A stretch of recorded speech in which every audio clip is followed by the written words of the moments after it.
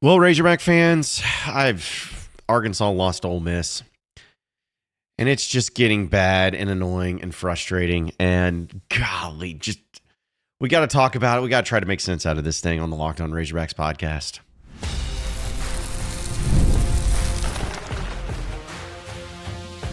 You are Locked On Razorbacks, your daily podcast on the Arkansas Razorbacks, part of the Locked On Podcast Network, your team every day. And welcome into the Locked On Razorbacks podcast. I am your host, John Nabors. I am also the host of Inside Arkansas Live, which you can catch every weekday starting at noon on Inside Arkansas and InsideArkansas.com. Today's episode is brought to you by FanDuel. From big upsets to game-winning drives, the NFL playoffs are better with FanDuel because new customers can bet $5 and get $200 in bonus bets guaranteed win or lose. Visit FanDuel.com to get started. Hope everybody's having a wonderful Thursday, which I know you're not if you're a Razorback fan, as the Razorbacks, basketball team that is, lost their SEC home opener to Ole Miss. You know, we did a crossover with Locked On Rebels host Stephen Willis, and it was kind of funny because he told me he has never done a crossover talking basketball. That's how little Ole Miss cares about it. They got Chris Beard, real good coach. They're a top 25 team. And it's Bud Walton Arena, right? Which we will talk about.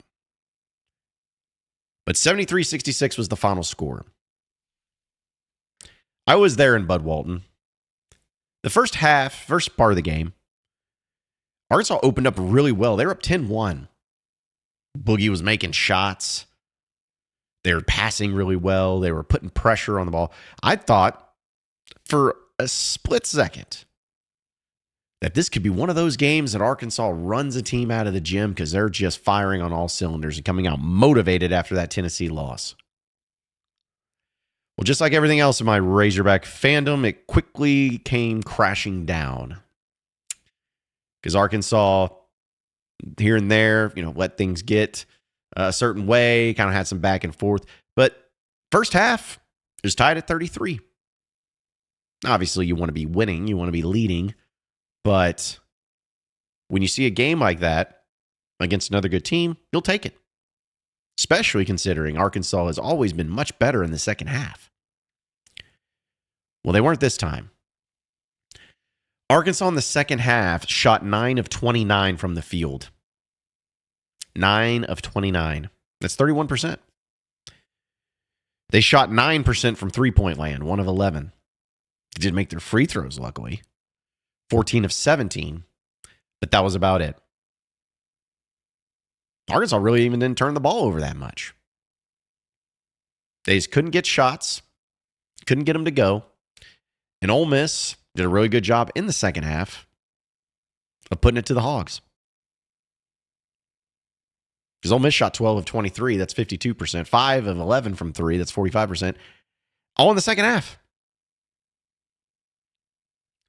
Now, we could go through the box score and talk about stats and all of those things. Let's talk about what went wrong and everything. But I'll tell you what, we'll just hear from John Calipari. This was his opening statement after the loss to Ole Miss in Bud Walton Arena last night. Not discouraged, but I'm disappointed. We had our chances again. It's 7-8. We're up 10 at one point. We let him back. Did foul a three-point shooter, do another thing. I'm like, what are we doing? So I've got to do a better job of teaching these guys how to win, how to finish off games. Historically, but again, you create a culture and they understand it. Historically, my teams get up 10 at any point. The number's crazy, but they play to win. You're not just playing to make plays, and you're not playing because you're not playing well. Now you're sad and you give up things defensively.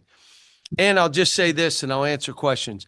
We're the type of team, we got a good team, but everybody's got to play well. All 9 got to give us something. They don't have to play out of their minds, but they can't play poorly. And you can't have 3 play poorly or 4 or 1 not give you anything. And another, we're going to have to play better as a group. All right. I'll say this. John Calipari, you can be disappointed and not discouraged. That's fine. You probably should be. You're the head coach. I'm discouraged. I'm extremely discouraged. I'm discouraged by the way that this team, who has talent, plays.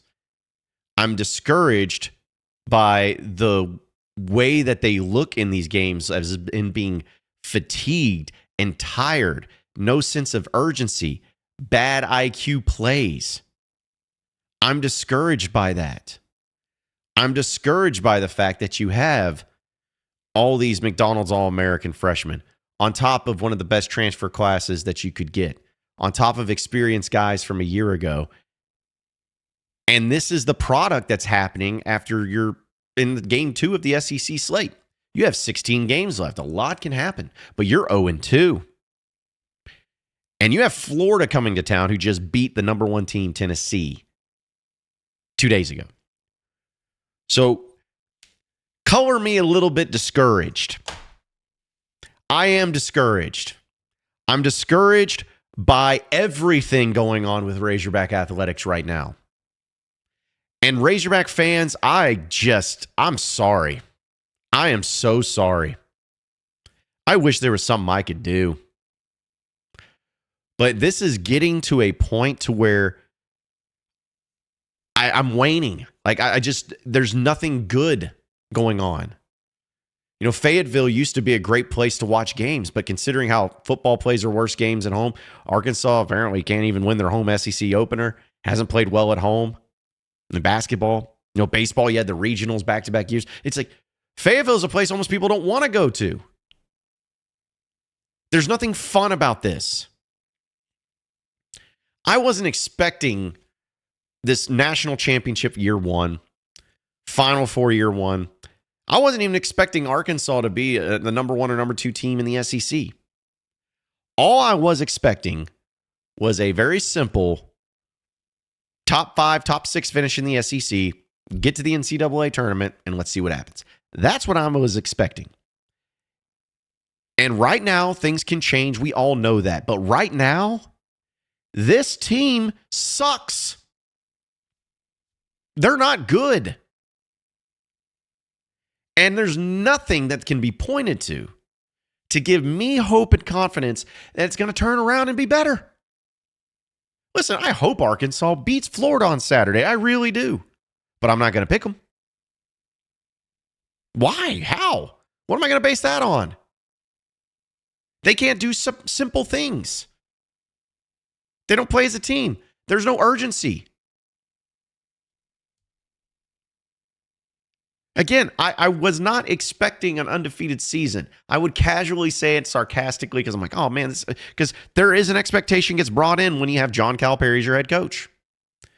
But the more this season has gone on, the more I am scared to death to admit that maybe Kentucky fans had it right. That's scary to me. I don't even want to even fathom that. But man, you're not doing a very good job of throwing that argument out the window.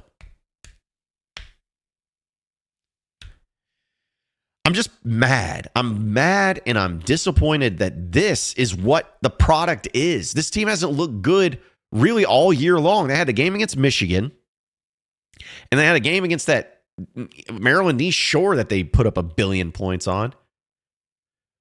But right now, it's like, besides Michigan, their best win's Lipscomb. And I don't care what anybody says. Ole Miss is a good team. Don't get me wrong. But if you watch that game, if you were there, if you watched it, Ole Miss isn't anything incredible. Yeah, they're a top 25 team. They'll be a tournament team. But it wasn't like you were seeing, man, this team just filled with a bunch of dudes. You can't get past them. No. That is a team that 10 out of 10 times you should beat when you're at home against them. That should happen. But it didn't. You just laid an egg. Offensively, in the second half, you look lost. You looked just apathetic. And I am tired. Y'all, I am tired of having to do this podcast for so long with so much negativity and so much demise and so much depression. I'm tired of it.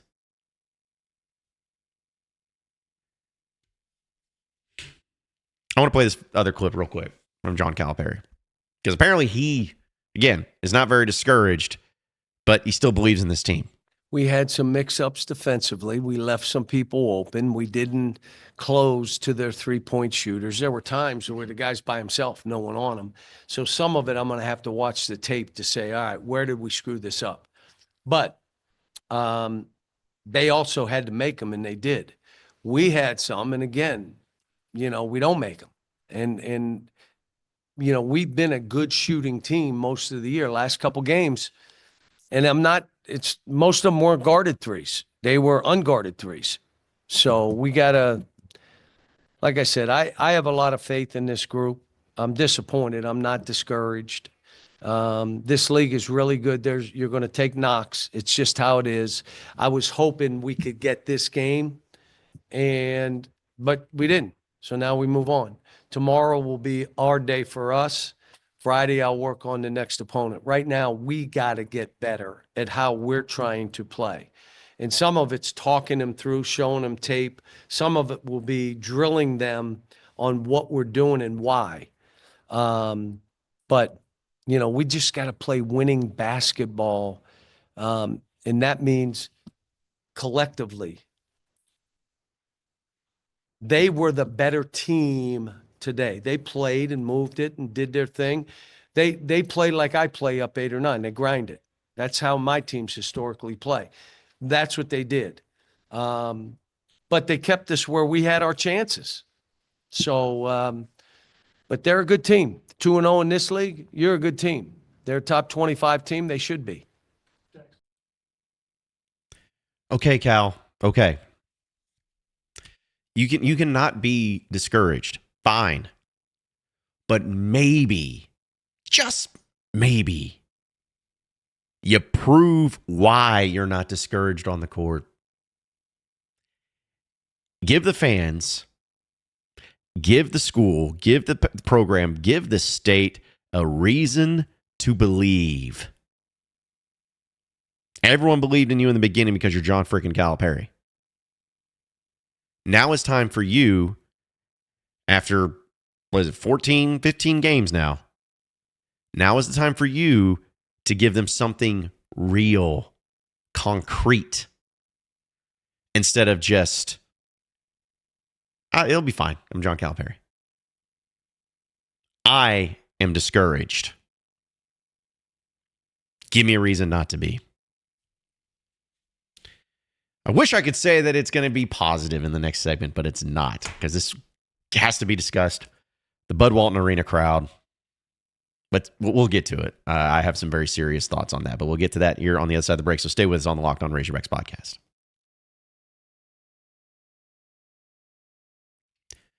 All right, Razorback fans, did Rocket Money help you find any subscriptions that you forgot about or that you were paying for twice? Well, it definitely happened to me. I had a few subscriptions I didn't even realize I was paying for, and Rocket Money made it so easy to track them all down. It's like having a personal assistant for your finances.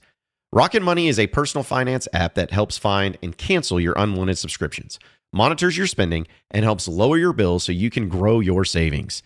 It brings everything together in one place, whether it's subscriptions, your spending habits, or even goals you want to hit this year. Rocket Money has over 5 million users and has saved a total of $500 million in canceled subscriptions, saving members up to $740 a year when using all of the app's premium features.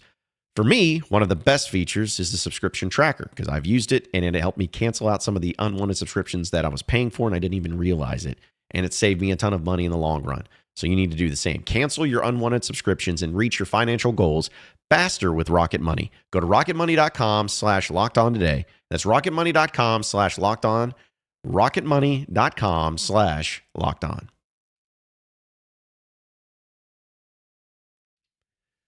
All right, so moving on into the next segment of the Locked On Razorbacks podcast. We talked about the game and how much that sucked and how much that needs to change. But I was there in Bud Walton last night, folks. It was interesting because the game itself didn't lend to any sort. It was hard to get energized for a game like that. few times here and there, but really hard to have the atmosphere going.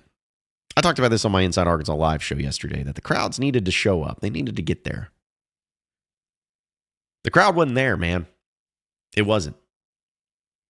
I put out a picture as soon as about 10 minutes after tip-off of what the crowd looked like. And it filled in a little bit more. But it just wasn't there. A lot of empty seats. No energy. Student section wasn't there because students aren't back. But even the student section being there, they haven't been great. And I am not saying that this is the most important thing, because obviously the team has to win. That's what's most important. They have to succeed on the court. But I'm very passionate about this, folks. I'm very passionate about Bud Walton. That's not the Bud Walton I know and love. It's not. I've gone to Razorback basketball games my entire life. I went to games in the great eras of Nolan Richardson and Eric Musselman. And I also went to games during the Stan Heath, John Pelfrey years. Even when the teams weren't great, even when there were issues and all of that, it was never even a question about the fans showing up in Bud Walton and being raucous and loud. But it's gone. It's gone. I appreciate all the fans that showed up last night. And I'm not even coming down on you fans. A lot of you felt like I was getting mad at all you fans. I'm not coming down on you. To me, it starts at the top. Like, you can't even get the atmosphere the way it needs to be. You sell 19,200 season tickets. You put people in a position to where, across the state, it's like, hey, if you want to go to the Alabama basketball game at home or any of these SEC games at home, the good ones, the only way you're going to guarantee is you're getting season tickets. Well, then these people are like, well, I got to buy season tickets because I want to go to those particular games. Well, when they buy season tickets, guess what? The games that they can't go to, the midweeks and the games that are, non-conference ones that aren't worth driving up for, all those things, they're not going to go. They try to sell the tickets. They can't get their money back on it. And even if they do sell their tickets, sometimes those people can't even go. And you see the results of what it was last night. Everything feels awkward. Everything feels awkward. That's the best term I can use to say it. I was sitting in there and I was just observing, because I like to do that during games. Not only watch the games, but observe everything. And just observing how no one really knew what to do. Fans didn't know what to do. The clunky transitions between timeouts. The music at times is kind of odd. There's no leadership in what needs to happen at what times as far as any chants or any... Like, the only thing that gets consistent, at least sometimes, is when the opposing team has to take a timeout, you call the Hawks. Like, that's about it. But I have seen coaches come and go. Athletic directors come and go. Players come and go. I've seen marketing departments come and go. I've seen foundation people come and go. I've seen everything about that basketball program in Bud Walton Arena come and go, except for one thing. The thing that has never fully gone has been the atmosphere, the energy, the passion, the love, the fire of a crowd at Bud Walton Arena. That's the one thing that has stood the tale of time. It's always been there regardless, and it's just not there anymore. And I think the most frustrating thing about it, folks, I'm not tooting my own horn at all. But for those of you who follow me on social media, I have always done everything I can to get people tickets. If people can't go to the game, I offer them I'll transition them to whoever, transfer them to whoever. I'll make sure anybody gets it. It's a family, anybody that can go. Nope, I don't charge anybody. I do everything I can. And the reason I do that is not because I want to become Ticketmaster. I do it because I want to be somebody that helps get butts in the seats, because I know the type of atmosphere that can be there when you have fans overtaking the whole thing and having energy in there. People that want to be there and want to see success. But it's just not there. And the frustrating thing is that it doesn't seem like there's any acknowledgement of it.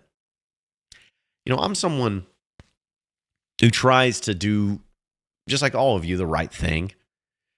And if I'm making a mistake, or if I'm doing something wrong, or if I'm trying something that needs to be done better or needs to be addressed, I'd like to think that I do it. Like something as simple as if my graphics look like crap, I try to fix it. If my audio sounds like crap, okay, I'm going to work to fix that. Just simple things. I acknowledge it. And sometimes I've even said, hey, this, hopefully that doesn't happen again. I think acknowledging issues and acknowledging problems goes a long way with those who the problems are impacting. For whatever reason, some people are just so against admitting they're wrong, or admitting they're doing something wrong, or admitting that something's not where it needs to be. There's nothing wrong with that. We're human. We make mistakes. Everybody does. And with what's happened and what's been going on with the university and the atmosphere of Bud Walton Arena, it's not like I'm sitting here in the very beginning and saying you're awful at this and you're trying this. This is stupid. I don't have a problem with that. What I do have a problem is the lack of acknowledgement and awareness of that it's happening. Because when you don't acknowledge it, when you don't do things to try to make it happen and make it better, what that comes across as is you don't care. And right now, I just don't feel the U of A really cares that much about the common fan. They got their money. You bought season tickets. They got their money. They don't care.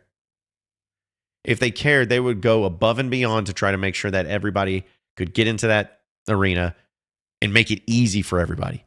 Make parking easy. Make concessions easy. Common fans are common fans. They want to be there. But you got to make the experience, not just of the game itself, but of the leading up to it and getting out of there, all of that. You got to make it worthwhile. And you haven't. And you're not. And I don't see anything going on that you've tried or that you are trying to fix it. I talked about being discouraged and disappointed. That disappoints me. The common fan deserves their faith and their passion to be rewarded. They deserve their hard-earned dollars to go a little bit further than those that can afford to buy out the entire arena.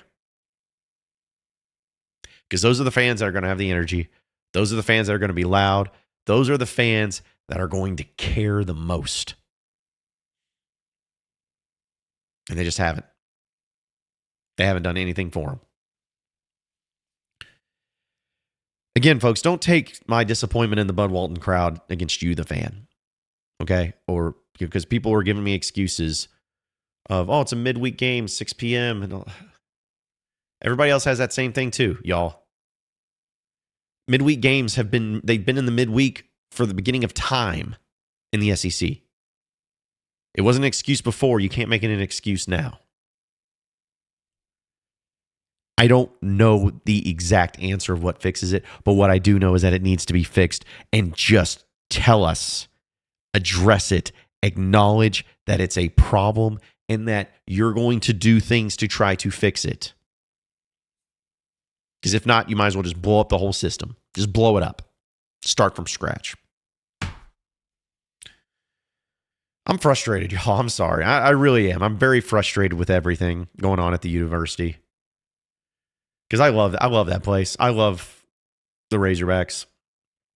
Always have and always will. In fact, that's probably what I'm going to talk about next. I'll get to that. Stay with me here on the Locked On Razorbacks podcast. I want to address that.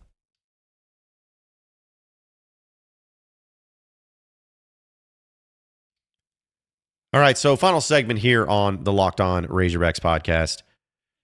Folks, I talked about just something I was going to discuss. I was saying about Hogs beating Florida. Y'all don't care about that right now. I want to make something clear to everybody that has messaged me or has talked to me about it in person, which I appreciate each and every one of you. I really do. Like the amount of people that say kind things when I see them out. Like when I was going at the game last night, had some people, come up to me and just talk about how much they appreciate the content, and even had the guy take a picture with me, which is always cool. Like I really do appreciate and enjoy each and every one of you. We all have different opinions. A lot of you don't agree with my opinion on this, and that's fine. So it makes it fun. But I just want everybody to understand, I have no agenda. I have no narrative. I have no nothing. It's cliche to say that, but it's true. I have none of that. I just want my Razorbacks to be great, man. I do. Because everything's better when the Razorbacks are great. And it feels like it's just been so long since Hog fans have had something to have pride in. There was a time when I was a kid that I just felt like, in football, for instance, like I didn't care who you were going up against or whatever. I thought we could win. In basketball, kind of felt the same way, even if it didn't really happen. But at the very least, I always felt like, oh, we got a game at Bud Walton Arena. We're going to win. No matter who it is, we're going to win. Also used to feel like that Arkansas baseball, like they just get to the postseason, man. They're going to make a run. And none of those things have happened in a long time. That 2021, 2022 year just seems like eons ago. We had a team go to the Outback Bowl. You had a team in basketball go to the Elite Eight, and you had a baseball team go to the World Series. I mean, that was all in one year. You know how fun that was? But it's becoming very difficult, folks. It's becoming very difficult for all of us to find joy in this. Now, I'm going to enjoy talking about it no matter what. I mean, it's my job. It's my livelihood. It's a passion of mine. I'm going to enjoy that aspect. But I am not enjoying being a Razorback fan right now. I'm not enjoying getting dunked on by other SEC schools in every sport. Making fun of me. Making fun of Arkansas. Making fun of the Razorbacks. This hog right here used to mean something. Not a fan of that. Not a fan of other teams winning College World Series before Arkansas. Not a fan of these teams in the SEC that didn't even know they had basketball a couple of years ago being great in top 10 teams and making Final Fours. Not a fan of the football program being lapped by other programs that are on the same playing field or even lesser programs. I'm like, what's to enjoy? I want to enjoy it again. I want to have that feeling of pride where I can walk into Razorback Stadium or Bud Walton Arena or Walker Stadium and just feel, hey, this team's good, but we could win. I feel confident in that. I just don't have it. I feel awkward. And I know I used that word before, but I feel awkward. Everything feels awkward. I know I used the word disconnect. It feels disconnected. And if it's just me, folks, then that's fine. Maybe it is just me. But I'm exhausted. Exhausted trying to make sense out of this whole thing. And I'm exhausted trying so hard to keep and to bring you fans some sort of optimism. Where in a lot of cases, if I try to bring optimism, I'm going to be lying to myself. I try to be real and give my honest opinions on everything. And they're not always right, but I just can't find that anymore. I can't find the joy in it.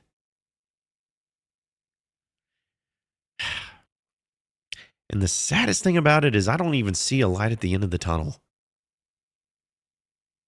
I don't even know or can see when all this is going to be all right. Or if there's something that's going to happen that turns things around. I just don't see it. Before we get out of here, folks, I just want to kind of bring it home with this. There's a lot of things that you can fear in life. We all have our biggest fears. Some of it is about loneliness. Some of it is about, flying, heights, whatever it is. Like, everybody's got their own fears. But I've always thought about my fear of anything. And one of my biggest fears I've come to realize as I've gotten older is that I hate being in situations that I can't control, which is true. I don't like being in situations I don't have a say in or have some sort of impact on anything. Like, I just don't like being in those situations. But as time has gone on, I think it's even more specific than that. I think, as crazy as it is, my biggest fear is having the most important and also the most joyful parts of my life and things that I enjoy dwindling away with no end in sight. The things that I love the most, that I've grown up with, that I've cared about and gotten so emotional and good times and bad, the connection that I had with something my entire life to slowly and surely bleed out, go away, and not knowing, not trusting, and not having any faith that it's going to get better. That, my friends, is my biggest fear. And that, my friends, is how I'm feeling about the Razorback athletic program right now. Maybe it's just a moment. Maybe it's just hard times and all be better. And this whole podcast I'm doing right now down the road will make me look like an idiot. I would love nothing more than that. Not to get scriptural on y'all, but one of the things I've always felt like when it comes to all of this is we're in it together. We're different, but we're all Razorback fans at the end of the day. So we just got to keep fighting the good fight and keeping the faith and hoping and praying that one day our faith will be rewarded. Appreciate all you listening and watching into the Locked On Razorbacks podcast. Be sure to like and subscribe to the podcast on iTunes or on Google Play. You can also get after me on Twitter at John Nabors Show for any questions, comments, concerns that you may have. We'll keep it going from there. Same podcast time, same podcast channel tomorrow afternoon. Have a great rest of your night, everybody. We'll see you then.